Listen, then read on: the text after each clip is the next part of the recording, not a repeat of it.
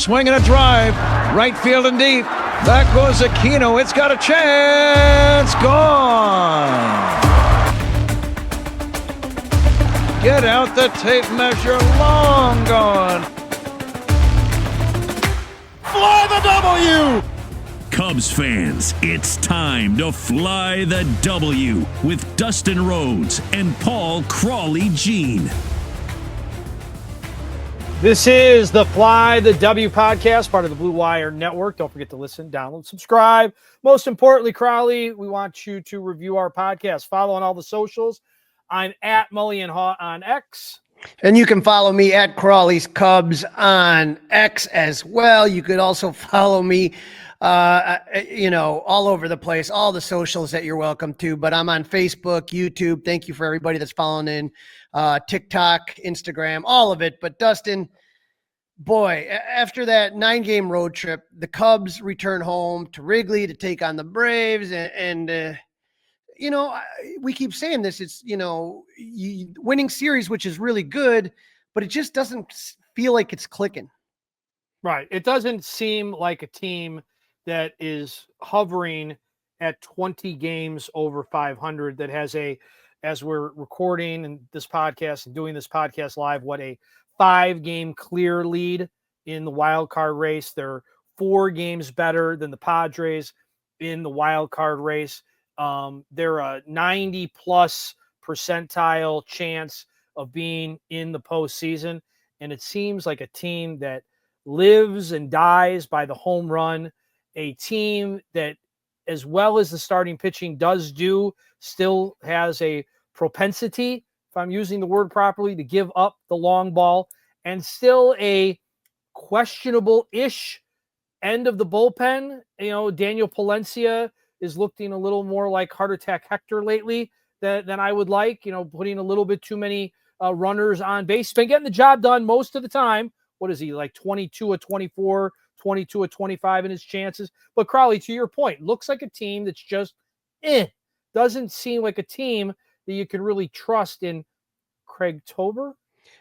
The issue when I look at it, and this series was just a perfect example, is that it feels like a rerun of what we've seen with the offense, right? Like you're going to have your bullpens are going to go through a little thing here or there. Your starting pitchers are going to have your hiccups, and basically you hope that everybody picks each other up. But it's just the offense, the way that it disappears. And I guess I'm already starting to look towards Craigtober. I'm already looking that direction. And what scares me is that you don't have the luxury of the offense disappearing for 3 or 4 days at a time.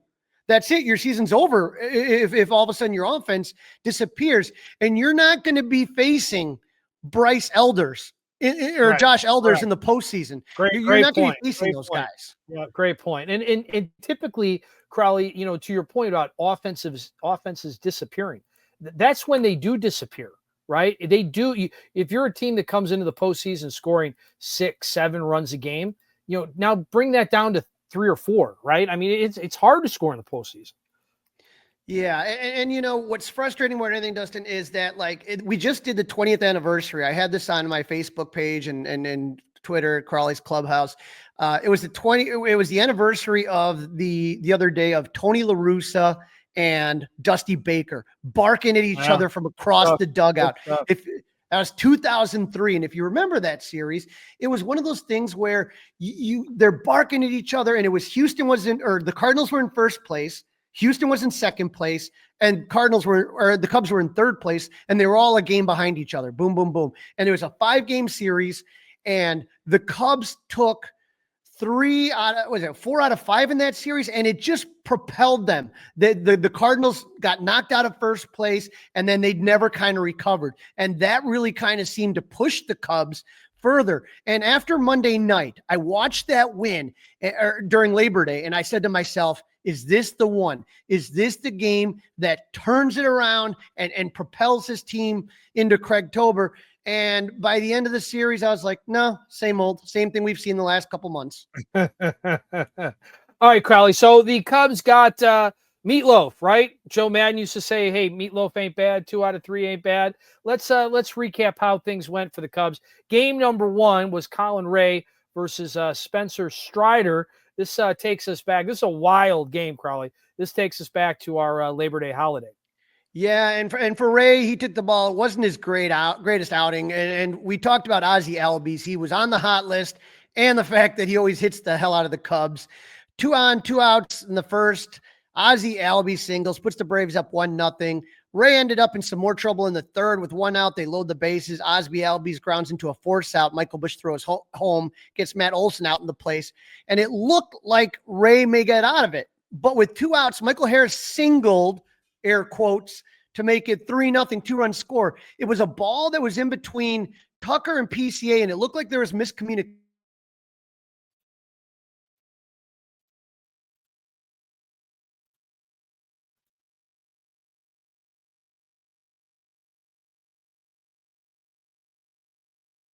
He would only pitch 1 more inning, done after the 4th. He gave up 3 runs on 5 hits, 3 walks, and 3 Ks.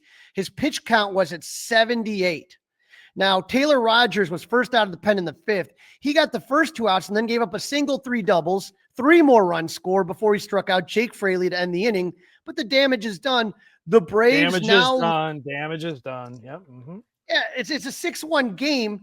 But Dustin, this actually becomes the turning point of the game because newcomer Aaron Savali, who would have predicted this one, right? If you know Aaron Savali, he stunk for the Brewers.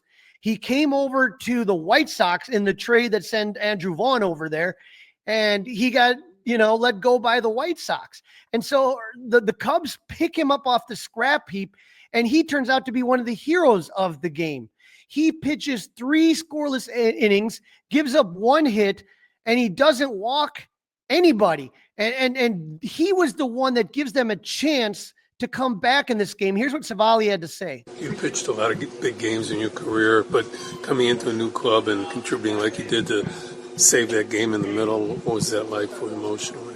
Yeah, it was great to get out there and compete, keep the game close, and keep it close enough so that it can be within striking distance. That's always the goal of the pitcher, regardless of what your role is. Go out there and provide as much as you can.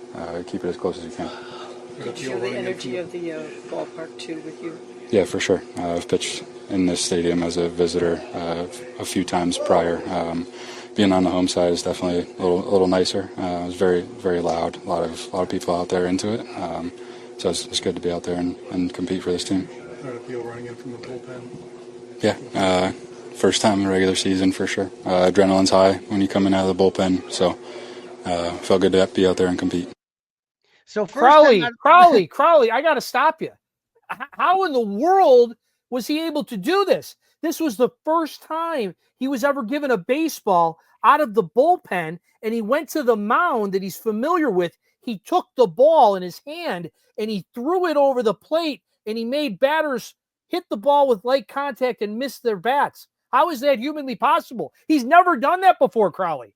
Well, is this the $50 million man? I mean, how is it possible? How were you a starter and then you actually did your job as a pitcher coming out of the bullpen? Well, Craig had to like it. It was an out getter, That's what he did is he got outs. And so, Dustin, what was bizarre about this game is it was like 2 separate games. In the first half of the game, the defense looked like crap. The offense looked like crap. The pitching looked like crap. Savali comes in and it kind of turns things around. They were down 6-1 going into the 5th, right? Their only run came from an Ian Happ solo home run. But bottom of the 5th, Dansby Swanson walks, Matt Shaw doubles to score a run. The Cubs start their comeback. They're down 6-2. Bottom of the 6th, Ian Happ hits a leadoff single.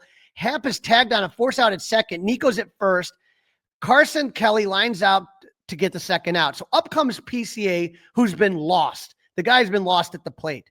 On an 0-2 pitch, he bunts it to third, and everybody's safe. Dustin is the first 2-strike bunt hit in the majors this season. That's crazy. I have no idea how he came up with it. He found a way. Right. It worked, right? It worked. So that's all that matters. But, I think you're almost being kind to say that he's lost at the plate.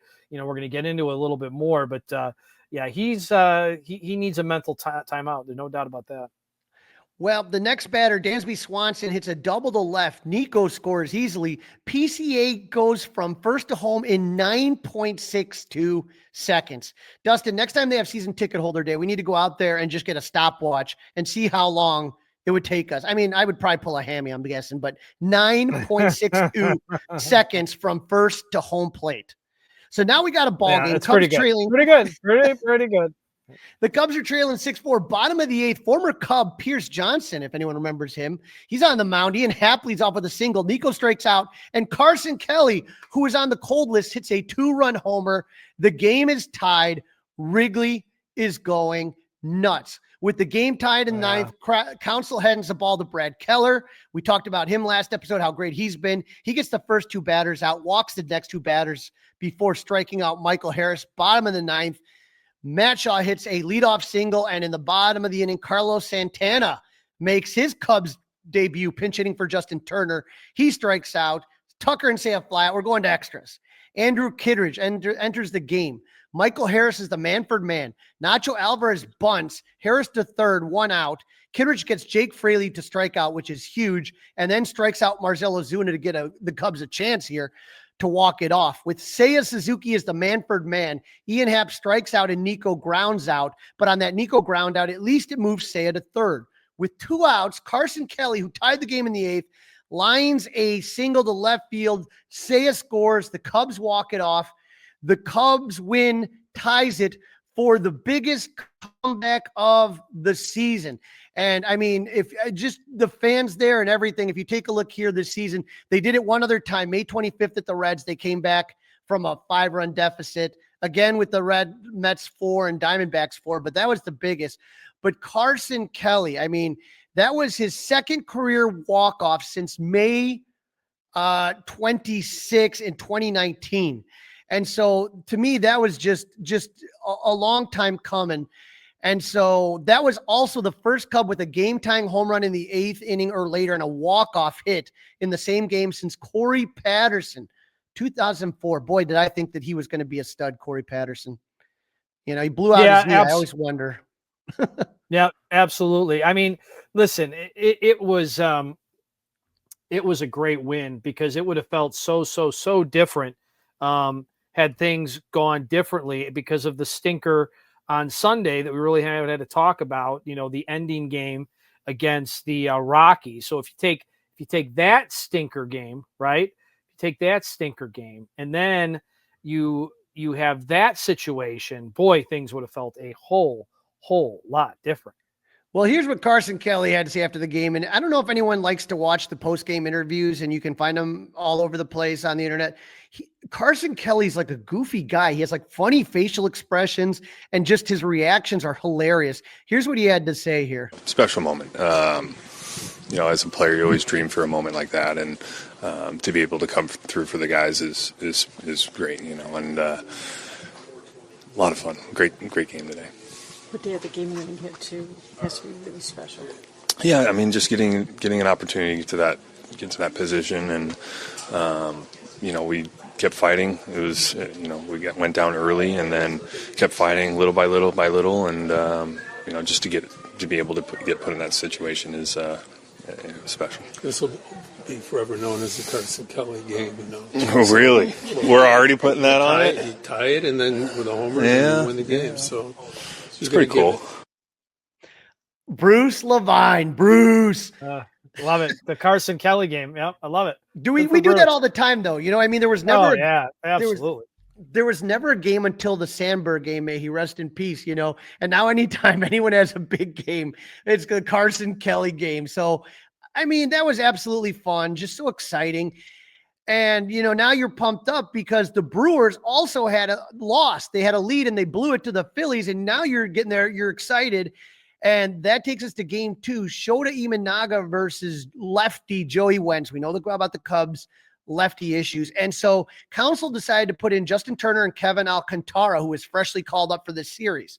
We'll get to that in segment 2 about Kevin, but Wentz and Shota Imanaga both ran into trouble in the third, fourth inning with 1 out in the third. Kevin Alcantara playing his first big league game in 2025. He played in 24 one game or a couple games, but you know, he gets a single followed by a single by Nico Horner, his second of the game.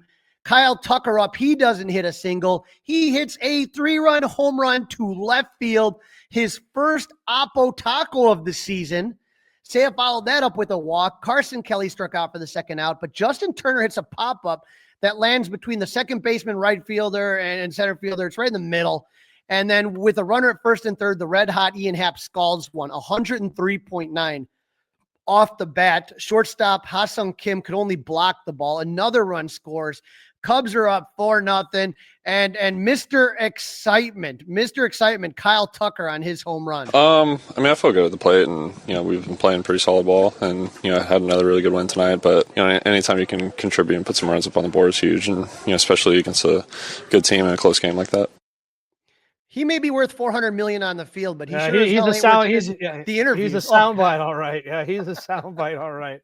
Yeah, is that a tease? Is that a tease, Crawly? Is that Ian Happ maybe on the hot list? Maybe, right? Maybe. And so, stay tuned for the hot list, folks. As far as Kyle Tucker is concerned, you love to see that guy, hitting those balls. Unfortunately, the Braves answered back in the top of the fourth. Matt Olson leads off with a triple. Shota throws a wild pitch, and Olson scores. Cubs leads 4-1. The next batter, Ozzie Albies, hits a solo home run. Cubs lead cut in half. Shota gives up another home run in the fifth to Eli White. The Cubs lead was now a precarious one-run lead. For Shota, he would go one more inning, 6 total. Give up 3 runs on 5 hits, 1 walk, and 2 Ks. Gave up 2 solo home runs. But they asked about his outing after the game, and I thought it was interesting, and this is why he's the pitching philosopher. I thought it was really interesting what he had to say through his interpreter. Yeah, so after we scored 4, we really want to get that shutdown inning, but I let 2 runs score. And so really it was a team effort right there with, they're getting close, but I think, we held them off. So I think it's a big shout out to everybody on this team. Yeah, so talking to the pitching coaches, first 3 innings, body felt really good. Thinking that fourth is a longer inning, so it's like resting the back. I just need to figure out a different way to kind of get ready for that. So I think reflecting on it, just better adjustment there. Yes, I think today, just looking at today's outing, all my teammates, and they had my back. They covered for me. There are countless plays, amazing plays that they made. Even once, I was starting to give up hits. Kelly kind of changed up the pitch calling. So I think it was a big team win, and I think everybody had my back. So hopefully the next time I start, I can have theirs. Well, he's had the Cubs back plenty of time, but a couple comments here. Number one, in that third inning when the Cubs scored the 4 runs, they made Wentz throw 40 pitches in the inning, Dustin. It was a long inning. And so he kind of recognized that, he almost kind of was like a little bit off kilter when he came back out from just sitting around. And so, next time you guys have Tommy Hotovy on the Mully and Haw show, it'd be an interesting question. As far as I still don't understand why he's giving up as many home runs as he's giving up. That's trouble. That's troubling in the postseason. I know we'll probably talk about it later, but I just, this is something that, I know you and I think about, you and I talk about. You just mentioned the Mully and Haw show. We talk about it on that show. Who are you, Crawly? Who are you, our listeners? Who are you, Cub fans, thinking would take the ball in game 1 for the Cubs in a postseason? Now, a month ago, it might have been Shota Imanaga hands down. Today, I think it's a debate. I think a month ago I would have gone with Matt Boyd, but right now, there's one guy that, debate, right? There's a debate, and it might not be a debate, right? It might be clear cut, and we're going to talk about that guy as we move forward. So that was a wrap of game number 2, right, Crawly? That's all the information we wanted. Well, I just wanted to say that the bullpen did a great job. Pomerantz 1 hit, 1 K. Caleb Thielbar perfect 8th. Palencia, it was a little close, but it wasn't any hard contact. Right. But Dustin, what worried me about this game, and this is what I was talking about earlier, game 1, offense just erupts, looks great. Now the Cubs had 4 runs on 7 hits, so they had less hits than the Braves, who had 3 runs on 8. Tucker's home run was the only extra base hit. The team was 2-4 with runners in scoring position, but they both came in the 3rd. And so the Cubs only had 1 more hit, a Kyle Tucker single in the 5th, from the 3rd inning on. And even worse after this game is that as Tucker was out in the 7th inning, which we're going to get to later too. So not great, to be honest with you. Yeah. All right. Let's move on, Crawly, to game number 3. The Cubs having the opportunity to go for the sweep. And really, the guy we just talked about a little bit there, Cade Horton, the ace of this staff, perhaps. And you, Crawly, were at the game. I did not want to miss a Cade Horton start, but with the lineup, you knew Kyle Tucker was out he came Let's out. Let's talk about this lineup. Let's talk about the lineup. I think that's something that's got to be discussed. Right. And so you have a calf injury to Tucker, or he's out, just precautionary. PCA has been struggling, so he's out. So you got Horner leading off again, which I like. Bush batting second, Suzuki, Happ, Carlos Santana, DHing, Swanson, Castro, center field, Shaw, McGuire. I mean, I don't know. I'm not too upset or worried about it. You want to see what you got with Santana, kick the tires. He's the new toy. Give Kelly a day off. Doesn't look so great. Santana doesn't look so great to me. Again, it's one game, so we'll see. But I mean, he did hit one to he did hit one to the warning track. No, it's not. But he a pinch hit effort a couple games back. Crawly, he struck out. Right, he struck out in his Cubs debut. Correct. Yep. The first at bat as a Cub. Then he got one to the warning track. Struck out in this game. So I guess it's just, I know you got to put him out there, right? You got to see what you got. But it's like, you put him out there in that situation when you're sitting PCA, you don't have Kyle Tucker. It just seems like, it just seemed like a Sunday lineup almost. Like we got the series, like we won the series. Right. But you want to give him it back. Felt like. It's like, okay, then if that's the case, then I almost feel like they should have given Cade Horton another day off or 2 days off with the day off on the schedule and let him pitch game number 1 against the Nationals to help you ensure you win that series. If that's the goal now, is just to win series, don't put out that horse crap lineup and then do that with your ace and hope that he can beat the team 1-0. And he's only allowed, by the way, to pitch 5 innings. Well, I mean, I know Josh Elders has had a couple good starts lately, but he still has an ERA over 6. He should be able to do more than what you did. Right. The offense, listen, the offense has to look in the mirror without a shadow of a doubt. Go ahead. I mean, they did score 1 run in the second but again, it was a gift. Ian Happ singled, and Eli White, the left fielder, is throwing it back to first base, and he throws it in the camera well, and Happ is sitting on third with no out. I mean, they should have been shut out. I mean, it was an absolute gift. Yep, you're totally right. Carlos Santana grounds out. Swanson called out on strikes, which you can't do with 1 out and a runner on third. You cannot strike out with the bat on your shoulder. But luckily, Willie Castro had a clutch single, and so he scores to make it 1-0. Again, why is I know he had the big hit, but it's like, okay, you sent Owen Casey down. You called Kevin Alcantara up. If PCA is going to hit, shouldn't Alcantara be the guy in center field? I would have thought so. You know what I mean? You know what I mean? I mean, I'm just saying it's just bizarre. I mean, you could say, well, look, he delivered the RBI. He delivered a hit. That's what he delivered. The Braves gave them that RBI. They put the runner in a position with a single to drive in the run. Well, Dustin, that run was the only run that they would score against, again, Elders, who now has a 5.54 ERA. It was above 6 when he walked into the park. But I mean, Dustin, they had 3 hits the Cubs had. They were all singles, right? And so you're taking a look here again. You had the Ian Happ single, right, in the second.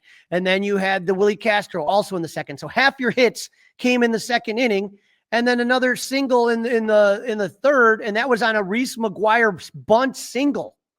I mean, that's your offense. And you allowed Elders to go for 7 innings, 4 hits, one of them a bunt single, all singles, 1 run because of an error. It was just absolutely embarrassing for that offense out there. Yeah, wasn't great. Oh, it was not great. No. Now, what was not embarrassing was Cade Horton. I mean, he was literally just mowing these guys down. I mean, it was so impressive to see what the kid did. He goes 5 innings, doesn't give up a hit, 1 walk, 6 Ks. And yes, the crowd was buzzing a little bit when they took him out in the 6th. We wanted to see a no-hitter, but I think, Dustin, here's what Cade is going to say after the game about getting pulled. Jokingly, like I know at the end of the day it's not going to happen, and that's all right. Like I feel like I'd much rather be healthy for the postseason than go out there for the 6th or 7th in early September. I mean, it's a great comment. It's a great comment, and if you saw him say it, it's very believable. Yeah, and again, we all knew, like, nobody was angry about it at the game. It was like, man, well, we get it, right? Is that you want that guy right now?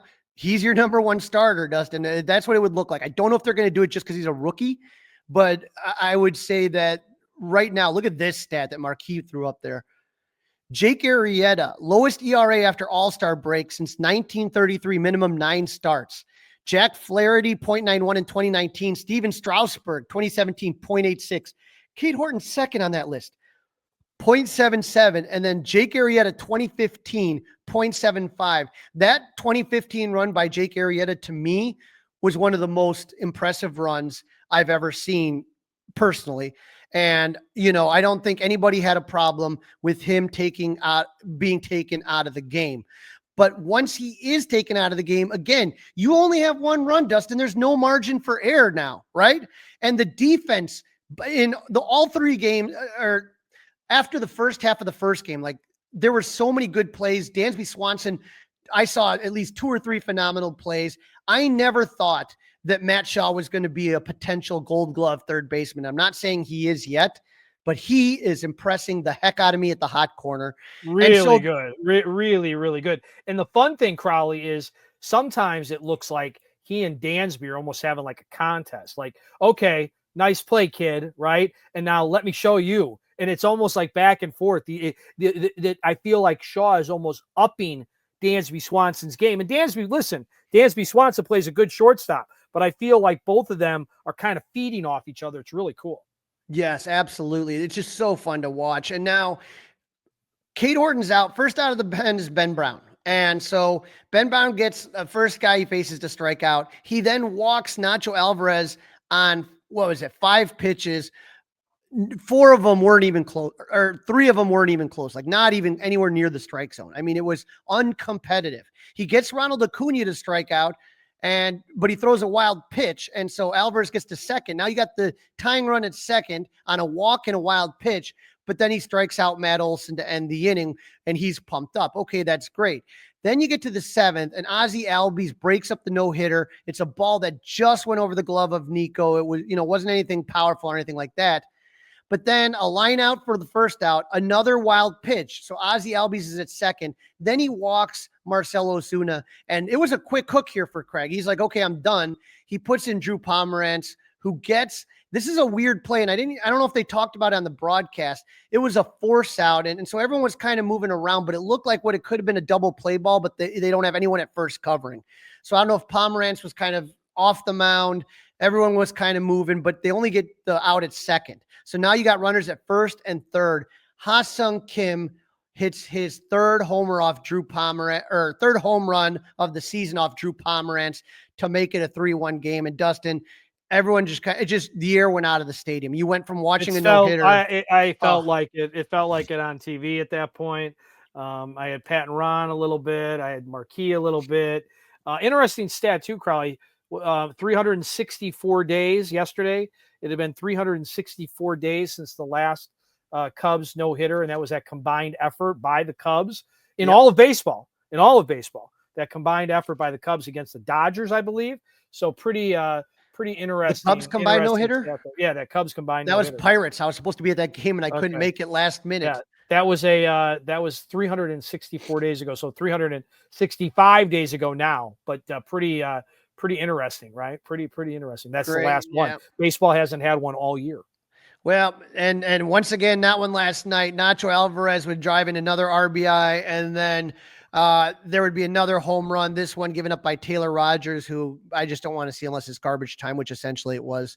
And right. And that's fine, but I let that happen but I got to tell you, man, I hate when the position players pitch. Yeah, it might be funny, but I think it's so disrespectful to the game.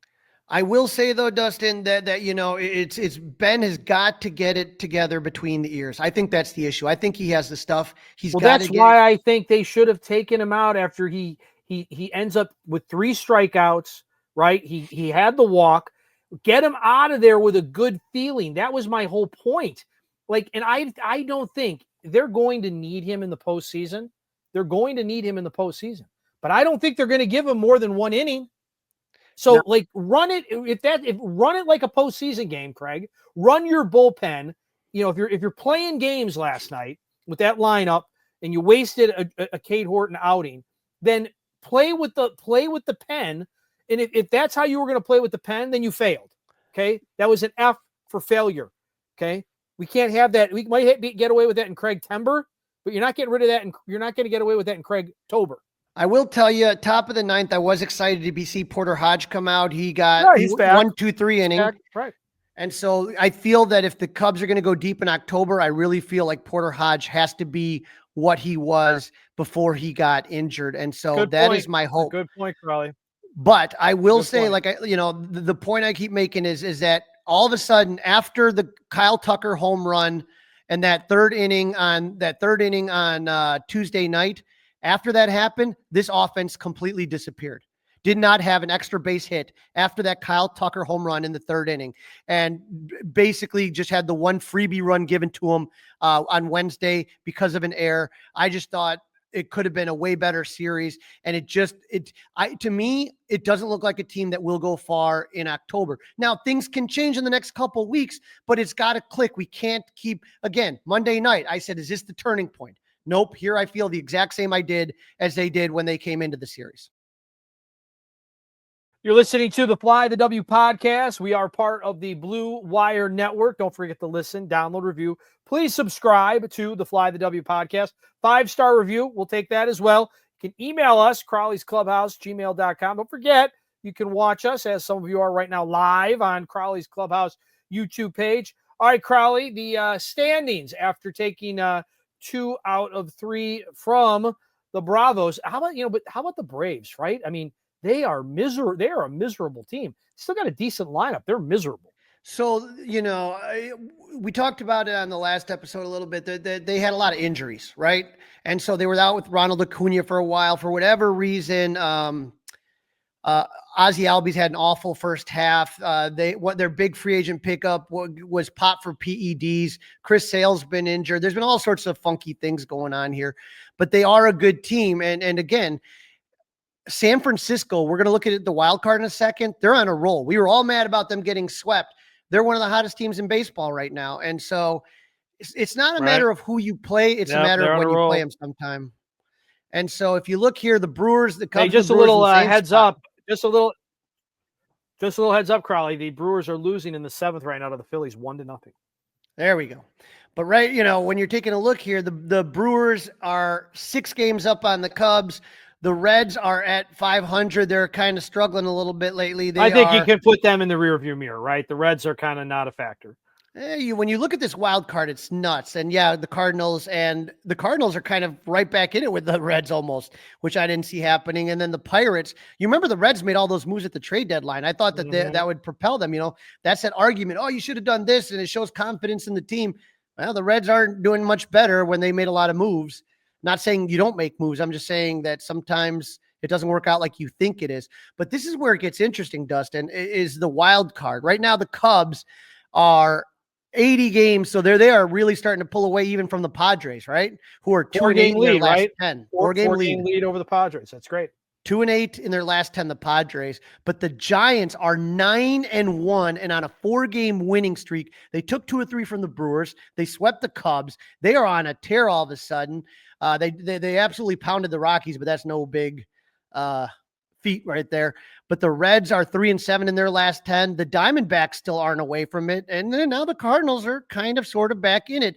But the Cubs are in a good place. If you look at the odds, statistically speaking, the odds for winning the division are not good, 4%. That's just what it is, right? Now, when you talk about clinching a bye, that's again at 4%. But clinching a wild card berth, 95% chance on that. So there's a 99% chance they make the playoffs. So a lot of this stuff, a lot of the moves that Craig's doing right now, he's not trying to run the horses into the ground, trying to win every game. We have to win every game here on out to make it. They made the postseason essentially, barring an calamitous collapse here of some type. They've made it. And so it's just a question now of where they're going to kind of slot in, who they're going to face, and what teams they're going to face. So that's the issue now. And again, you and I were talking earlier, maybe you want to win the division, but it's really just getting in. And the way that the playoffs are set up now, it's different than in the past where you just had a one and done game and you wanted to avoid that because anything could happen in a one and done game. At least now you have a series to try to do the best that you can. And so again, I think when you take out Cade Horton, when you rest Kyle Tucker, if they were fighting for their playoff lives, that might not have happened. Kyle Tucker might have been in the game on Wednesday night. You might have played through it. You might have seen Cade Horton go one more inning. You don't know if you were, but where they are in the postseason percentage wise, they're not going to do that and risk injury to players that they need to go far. Yeah, very good. All right. So there's been some decent news on the injury front, right? The Cubs have gotten some guys back. We're expanding the rosters, things like that. Yeah, we got all sorts of goofy things going on here. When the we talked about Owen Casey before the series, he was sent to AAA Iowa. Carlos Santana is on the team. They signed Aaron Savali. They recalled Kevin Alcantara. And so you're allowed one pitcher and one position player in the call-ups. And so that's why you're able to get these guys. So let's say you swap Alcantara for Owen Casey. Carlos Santana is the 27 man on the roster. And then Aaron Savali comes in as well. He's the pitcher. And then Ben Cowles, who I want to say came over in the lighter trade. He was DFA'd, so he is no longer a Cub as of right now. And so that's that. The other big thing is PCA sitting. And I didn't have any shock that he was going to sit the one game, but to see him sit 2 games was interesting. Here's Counsell talking about PCA. Just looking ahead at the schedule before the week on the road trip, and saw this day, and look, Pete's been out there a whole bunch, and it's because of his defense that it's he's so valuable on defense, no matter what's going on at the plate, and so for that reason, he's had very few off days. We got a chance to get him one here, and good spot for Kevin to get in there.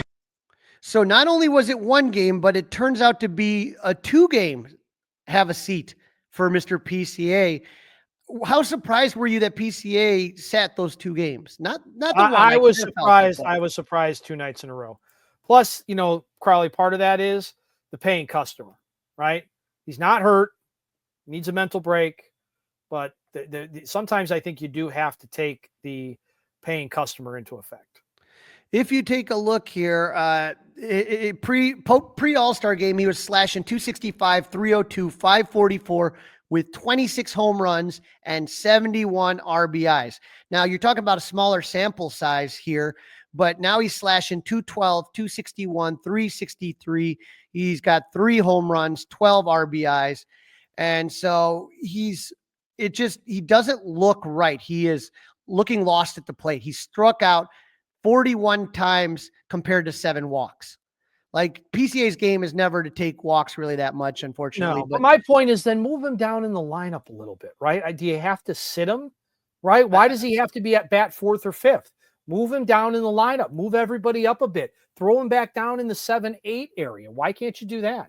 I mean, am I crazy? Somebody tell me I'm crazy. Tell me that's not how it works. But I don't see why that couldn't help him. Maybe take a little bit of pressure off the guy. Well, that'll be something we look at when we look at the lineups on Friday, right? I believe it. But taking a look right here, Kyle Tucker is day-to-day with that left calf tightness. So we will see he's going to be reevaluated tomorrow on the 5th.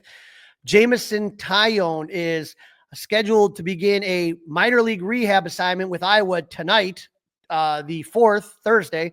And so he had a high-intensity bullpen session on September 1st at Wrigley. Ryan Brazier, left groin strain. He is on a assignment with AAA. So that'll be interesting. But Dustin, the most interesting story about is Michael Soroka. Remember him? I remember him. A lot of stuff about his velo. So he was done after he made one start, a couple innings after the trade deadline, and he had a 34 pitch live BP workout.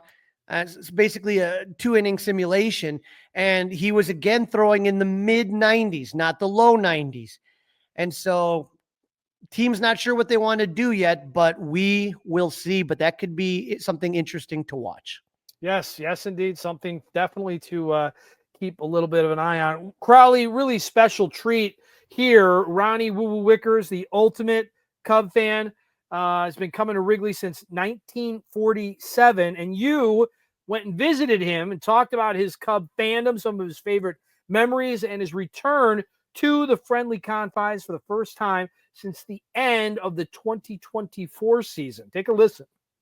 Ladies and gentlemen, I got a special treat today. I am here with the ultimate super fan, Ronnie Woo Woo Wickers. Ronnie, how you feeling, buddy? Wonderful. Now, Ronnie, as I'm here visiting, it's a really exciting moment. We're going to talk about it a little bit, but you are making your triumphant return to Wrigley Field. That's going to be coming up the 7th of September. Yes. And when I talk to you, you sound absolutely excited about it. Well, I'm looking forward to it. I haven't been there since the last game of the season last year. I'm looking forward to get back out to Wrigley Field and see my fans, see the grass, and see the boys continue to play ball. And we're in it to win it. Now, let me ask you, Ronnie, you have been a Cubs fan. You're now a young 84 years old. I remember your 80th birthday party. You remember that? At, where was that? Was that a Cubby Bear? Cubby Bear, Remember that was a good one. That was great. But, you're young 84, but you grew up not on the north side, on the south side. How did you end up becoming a Cubs fan? Well, at that time, I had a little teddy bear at home, and the Cubs was a bear. So I put them together and say, I'm a Cubs fan because that comes to the teddy bear. And so was it your mom who took you to your first Cubs game? My grandmother. Your grandmother. Tell me about that first game. What do you remember from that? We were getting off the train, and they had it roped off. And then I went into the ballpark and right field, and you could see where they roped off there where you couldn't go no farther. That one probably the last crowd that Wrigley Field ever had when that Jackie Robinson appeared at Wrigley Field. And what did that mean to you personally to see Jackie Robinson at Wrigley Field? Well, to see Jackie Robinson at Wrigley Field, and the way at that time, that generation, to see an African-American ball player at Wrigley Field, it was some history made there, And I'm nice, I'm blessed that I had a chance to see it. Now, the wooing, Ronnie Woo Woo, that starts roughly in around 1958, 1959? Well, I always have been a small, skinny, thick kid, and I make a lot of noise. But then I was in school one day, and somebody said, make all the noise you want. Whoa, whoa, whoa, whoa. I was so loud, and everybody laughed at me. But I was so rejoiced, And so it's something that stuck with me all these years. And so take me back to the 1960s. And if you remember 69 and the bleacher bums out there, what were your memories? Because I've seen some pictures of you in the bleachers at that time. You were a young, handsome man. How much fun was it during that run in 1969? Oh, that was amazing. When Willie Smith hit that home run, and they won the ball game, and they got everybody going because Cubs fans were coming, hoping, wishing we had a good team. And that 69 Cubs was a darling. It was good for Chicago, and we just won for the Cubs fans, In that era, back then and there, it was just amazing. People come out just to see the Cubs, And Jack Breakout was calling games back then. It was just amazing that to see that in the 60s, 50s and 60s, to live that down. And that's where the Cubs really took off after that 69 season. And in the 70s, you had a lot of Cubs players that would leave you tickets, right? Yeah, back in the 70s, guys would leave me tickets. I say, well, I didn't have the money to get into the ballpark. At that time, you can go up there, put your name on the list and the player's name, and leave you tickets. And I just took one day at a time. And now they said, I want to hear you now. And I would cheer them on. I got so loud, some accepted it, some didn't accept it, but that was me. I wanted love. I wanted the Cubs to know that I was backing them up. And then the crowd got behind me, and it was so loud. At that time, I don't think some of the fans weren't ready for the way I was handling things at the ballpark because I was so loud. I was so rejoiced, too glad to cheer on the Cubs and let the Cubs know that we're the 10th man. Now you see these days, they put signs up, make noise, make noise. Back then, we didn't have to do that. I was a noise maker. And something just took off and had a lot of fun with it. And people look forward to see me at the ball game, take pictures, sign autograph, and I just enjoy life for the love of game and for the love of baseball. One thing about baseball, it brings people together. It brings, no matter what you're going on and with your life, but you come out to the ballpark, special, beautiful Wrigley Field, and have a good time. Now, I got to say, for me as a kid going to the ballpark in the early 1980s, and when Harry Carey first comes, I remember seeing you in the ballpark. I said, who's that guy cheering so loud? And Harry Carey called you leather lungs. When was the first time you realized that Harry was talking about you? Because I was so loud. You could hear me from right field to left field, all over the ballpark. Because it would carry, And I just got loud. I want the Cubs to know that I was behind them. I would cheer for them. And some of the players get a kick out of me cheering. But I took it to another level. I say woo-woo, because woo-woo means win-win. I want the Cubs to win. Leody Rose and all them guys back there, Ernie Banks, Kessler, Fergie, the whole game, that was just a part of me. And a part of me as a Cub fan. Before they had all these mascot signs on that they make noise, just like that, I was a noise maker. And I took it to a higher level. Now, let me ask you, you had a special relation with Buck O'Neil, and Buck O'Neil was obviously the coach of the Kansas City Monarchs, and when baseball integrated, he became an advisor, and then later on became the first African-American coach in baseball. Tell me about your relationship with Buck O'Neil.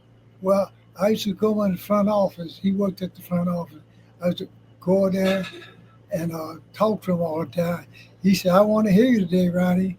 He said, well, be proud. I said, sure, we want these Cubs to win. Sure. He said, be proud, be proud. And I was like that. So it was just, he was my mentor for the love of the game. He said, one thing you do, you propose the Cubs and you propose baseball. Because back then, we didn't have the TV like we got in cable like we got now. It's all different now.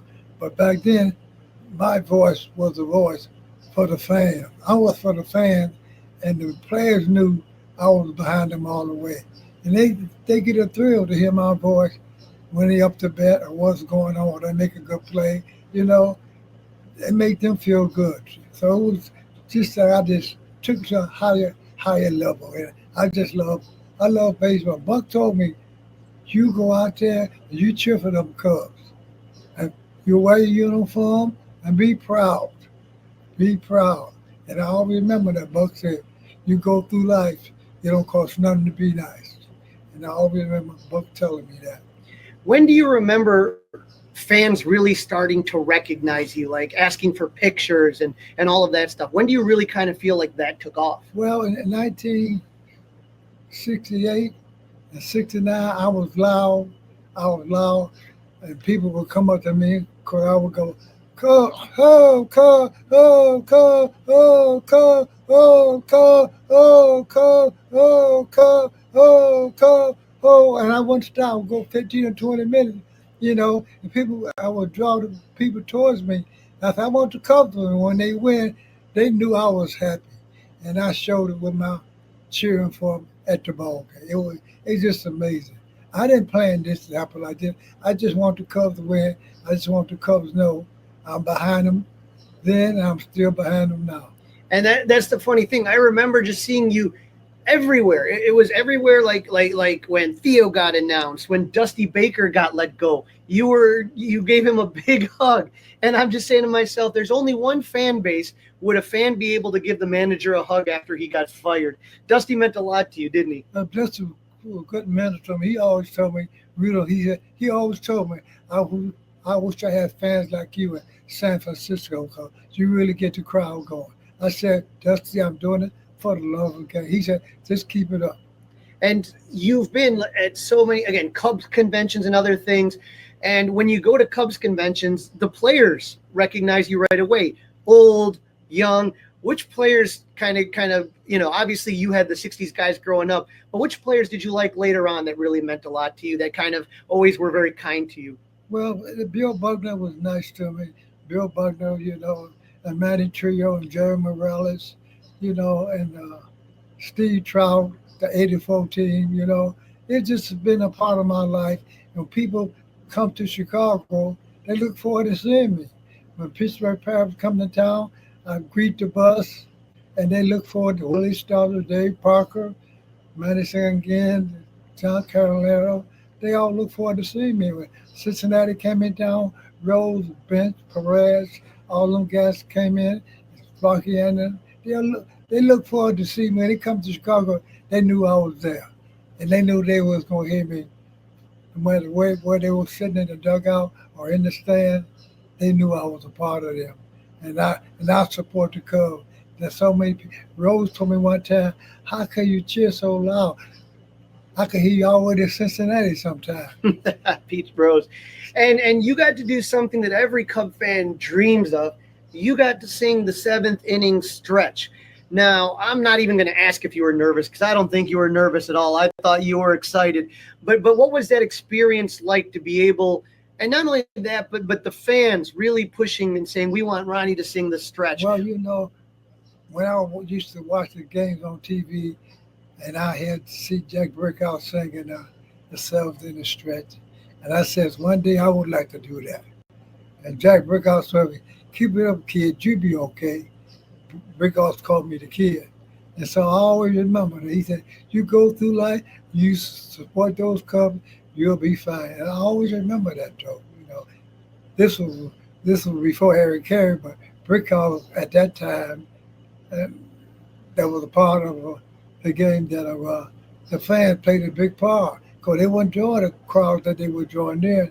Up in 15, 20,000, something like that. Upper Deck used to be closed on Sunday, so we had to get people to come to the ballpark. And I was attracted by me coming to the ballpark cheer. People would see me. They would come to see me and take pictures, sign the autograph. And I did it for the love of the game and for the Cubs. I want the Cubs players to know, a generation, that I was always behind them. Now, if they went 0 for 4 or 4 for 4, I was always behind the Cubs. Now, you've seen Wrigley change over the years. Obviously, you talked about, in the early 50s and 60s, but now you've seen the renovations and the park and how beautiful it looks. What does that mean to you, seeing Wrigley change over the years? And and when you look at the park now, does it look as beautiful as it always has? One thing they do, they got the vines, and they keep the vines up. So that's a big part. But everything changed like anything else. You got to go with the time. They could have left the park just like it was. Now they got these big Jumbotron's and all this commercial advertising, but you still got to get 27 hours. It don't make no difference. You got to get 27 hours. So you just got to just go with the time, but you still got to support your ball club, So I just want people to know that about come to Wrigley Field, see the crowd, see the people, the popcorn, the green grass, things like that. And let people know, no matter what's going on in your life, you come out to beautiful Wrigley Field and have a good time. Well, you're always an optimist, and you've lived through some difficult times, 69, 84, 2003. And all of a sudden in 2016, when the Cubs make their run, and we were all wondering, is this it? Is this the moment?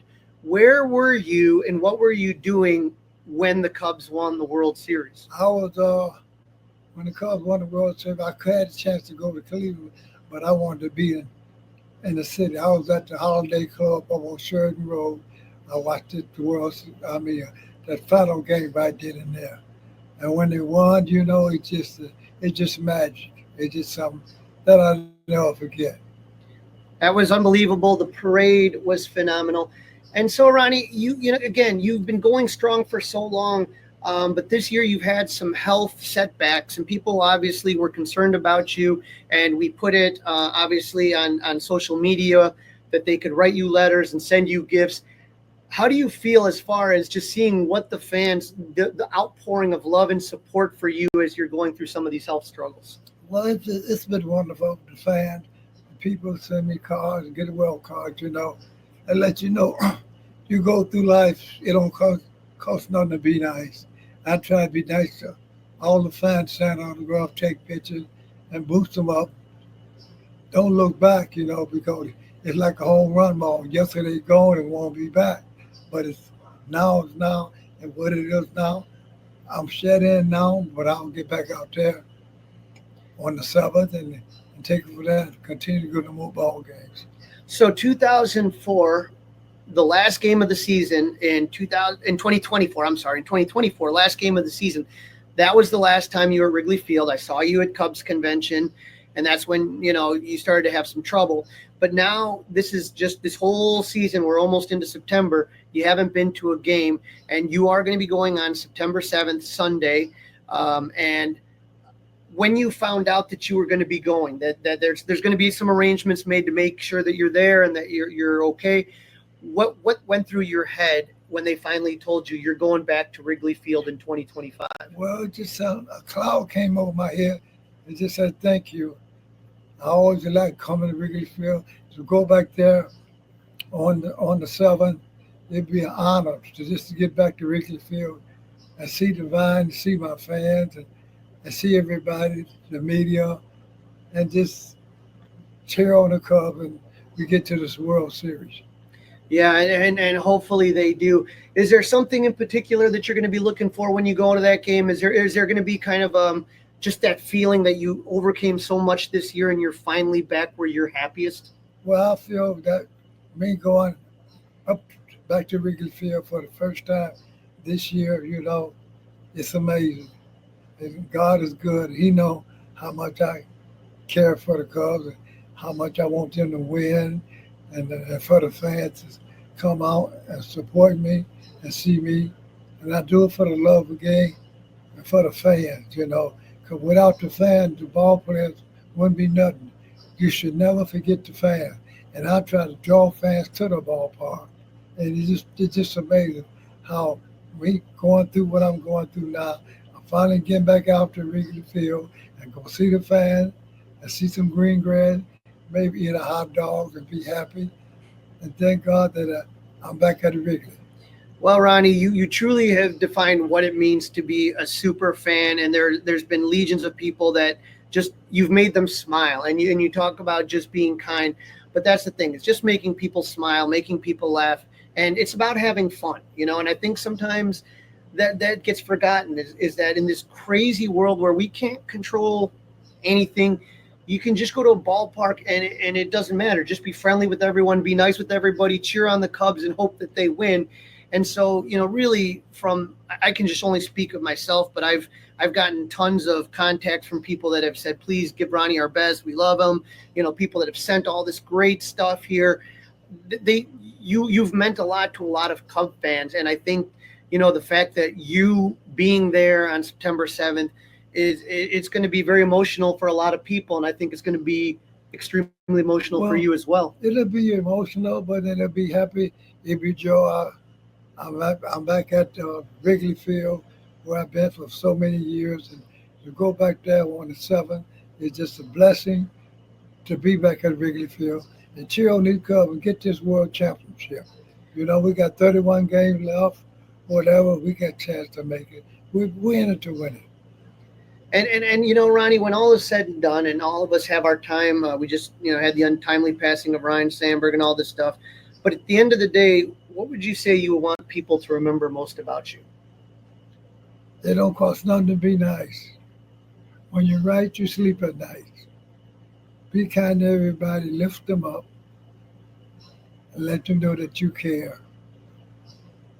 And you do that and be happy with people, talk to people, cheer them up. You can't worry about yesterday. Yesterday, just like a home run ball. You're gone and won't be back. So enjoy your life, and love the people, and lift everybody up, and don't hold no grudges. Ronnie, again, from the bottom of my heart, from so many Cub fans, thank you so much for taking a few minutes to talk to us. Well, thanks for having me. Thanks for all the fans for my letter to come to send me to the nursing home and blessing, things like that, and all the cards. I want to thank everybody that I care and I love them. And we got to get you Cubs back to another championship. Go Cubs. Go Cubs. Oh, Cubs. Oh, Cubs. Oh, Cubs. Oh, Cubs. Oh, Cubs. Oh, Cubs. Oh, Cubs win. Whoa, whoa, whoa, whoa. Me and you and your buddy, Ronnie Woo. Woo Woo mean win-win. Well done, Crawly. That was good. Listen, he still got his pipes, man. That was good. I like you said when you talked about going to Wrigley Field, you know, I too always thought, who is this guy? What's this guy's story? What's he all about? And that was really well done. Good for you, Crawly. I would just say one thing. He is going to be coming on Sunday, and because of some of the medical issues he's faced, he's got to be kind of more isolated. But we are hoping, and we're going to have more information about this, to have fans cheering him as he goes into the ballpark. And for somebody that's given so much joy over the years, that he'd love to just see people. He's so happy getting the cards and everything. And I'll put more information if people want to send things. He loves it. And here's the thing, Dustin, he has his lungs and he has it up here still. We were watching the Brewers game. He knew how many games out everything was. He knew what was going on. So he's still got it. Still Ronnie. This is the Fly the W podcast, part of the Blue Wire Network. It is episode number 50 of season number 4. Cubs just can't get it rolling all the way, but they have taken the last couple of series. Don't forget to subscribe, listen, review, download, 5-star reviews. Bring them. All right, up next, Crawly, the Cubs and the Nationals. Really not a lot to say. This national team is basically hot garbage. Well, you take a look. The Cubs played them early on in the season, the first week of June, and the Cubs took 2 out of 3. They weren't able to beat Mackenzie Gore, but Mackenzie Gore is on the shelf right now, Dustin. So since the last time they faced the Nationals, there's a lot of turmoil in D.C. They fired GM Mike Rizzo. They fired Davey Martinez. Obviously, he was a former Cub and a former Cub bench coach when they won the World Series, but they replaced him with another former Cub, his bench coach. I don't know if you remember, Miguel Cairo. I remember that name. I remember, you know, he looked familiar. Absolutely. Remember Miguel Cairo. Obviously the Nationals were sellers at the deadline. They traded 6 of their veteran players on the roster, so they don't have a closer anymore. Kyle Finnegan went to the Tigers. Outfielder Alex Call went to the Dodgers. Armand Rosario went to the Yankees. Luis Garcia and former Cub reliever Andrew Chafin went to the Angels. And the Cubs got Michael Soroka that we talked about earlier. Mm-hmm. And so they're not going to have Mackenzie Gore, and it doesn't look like he'll pitch again this season. Catcher Keibert Ruiz, who always gives the Cubs trouble, he's on the IL with a concussion. He's not expected to return. The Nationals just wrapped up a 3-game sweep, though, of the Marlins, but before that, they had lost 8 in a row to the Phillies, Yankees, and Rays. The Nationals are currently last in the NL East with a record of 56-83, 24 games in back of the Phils, 18.5 out of the wild card spot. They are 27-41 on the road and 29-54 against teams with a winning record.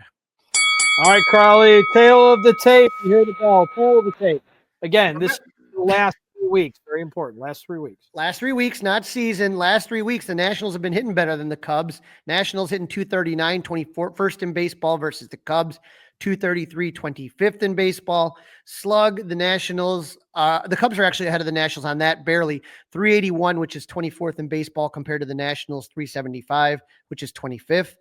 Runners in scoring position, the Cubs are doing a little bit better. They're 10th at 287. They're just not getting enough runners in scoring position, while the Nationals are 24th at 235. Starting pitching, obviously a big difference. The Cubs starting pitching ERA is 3.64, 7th in baseball, while the Nationals is 6.96, 29th. Relievers, though, be careful. You don't want to get into the Nationals' pen. They're first in the last 3 weeks with a whip of 1, while the Cubs' whip is 13th. Not bad. But again, Dustin, this is a big difference. The defense. The Cubs still in second base. Yeah. 75 defensive runs saved, while the Nationals are negative 37. That's 27th in all baseball. All right, Friday afternoon, daytime baseball. Javier Assad, Jake Irvin. What can we tell everybody about Assad? Quick programming note, do not forget that is an Apple TV game. Apple TV game, and don't forget you can switch it in the corner, and I'm going to put it again. I always try to remind people on my social media at Crawly's Cubs.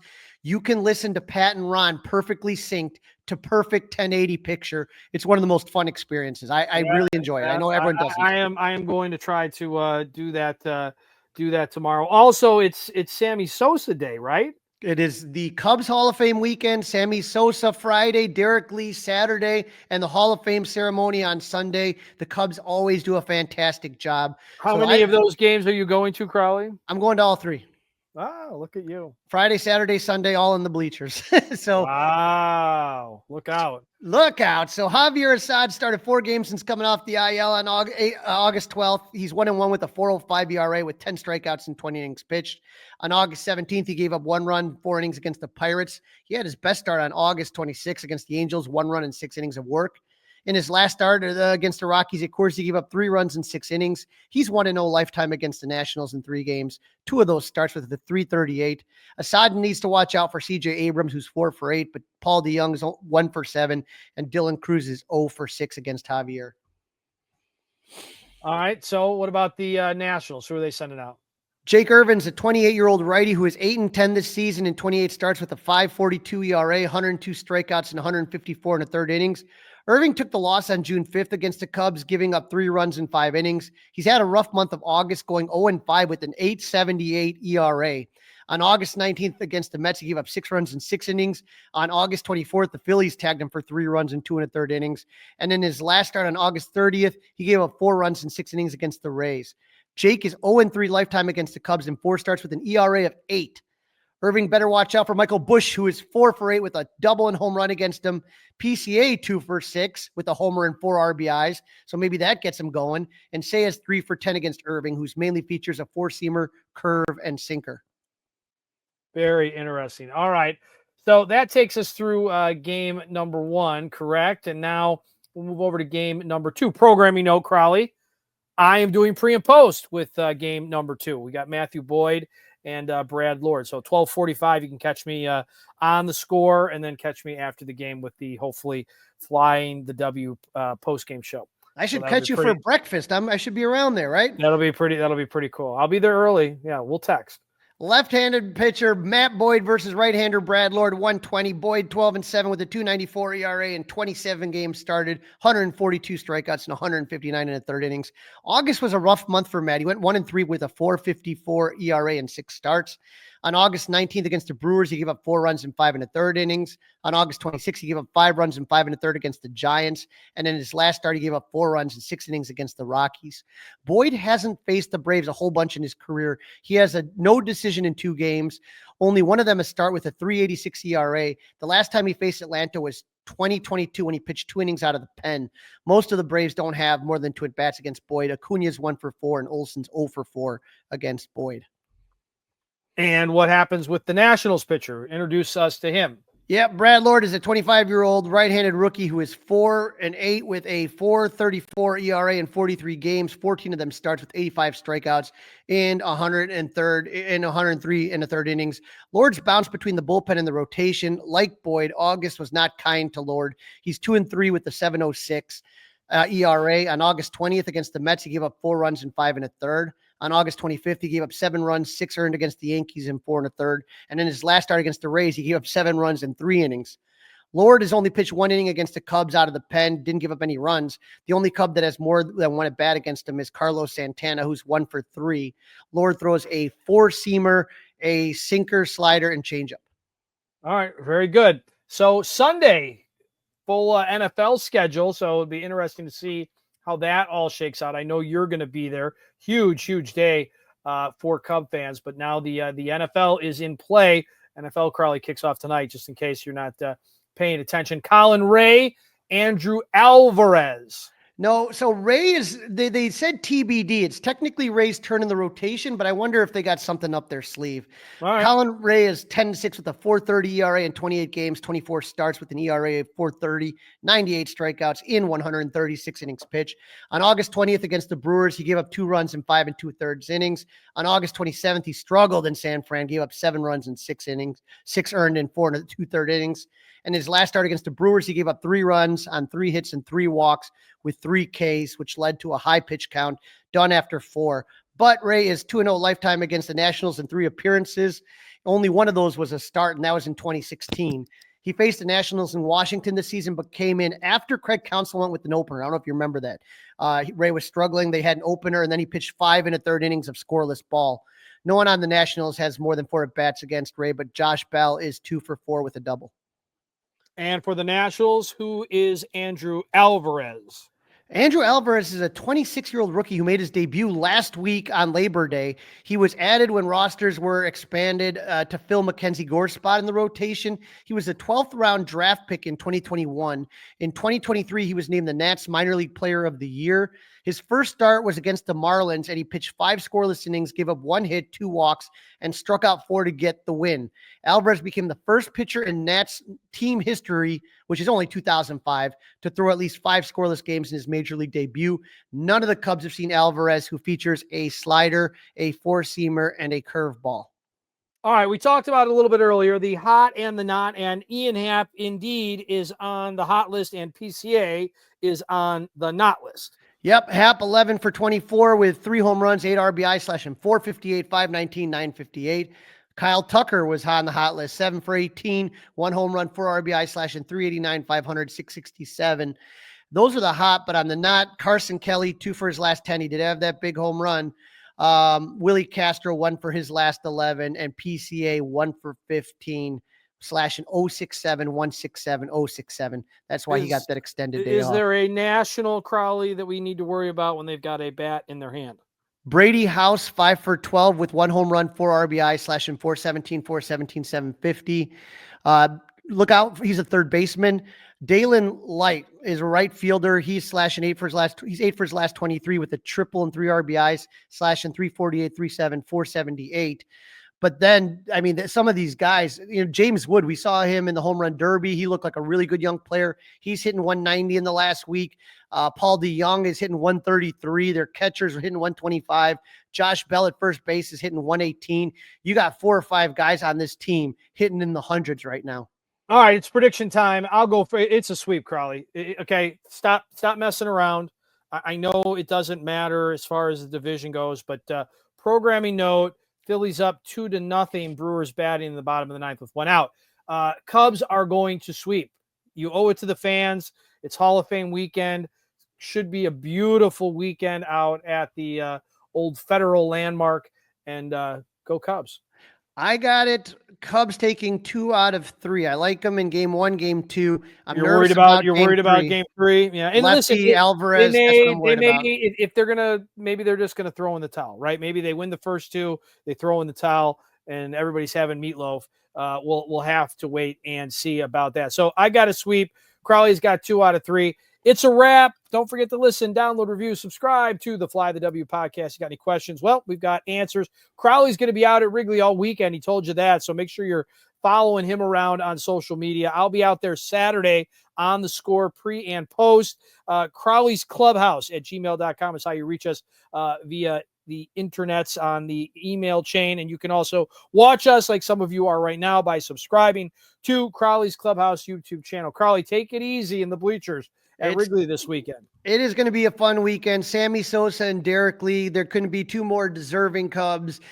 This is going to be a really fun weekend. Ronnie Woo Woo coming on Sunday as well. I'll give you information to cheer him on. But thanks to Ronnie for letting me come by. Thanks for everybody that's kind of tuned in. Let's get the sweep. Go Cubs! It's all over.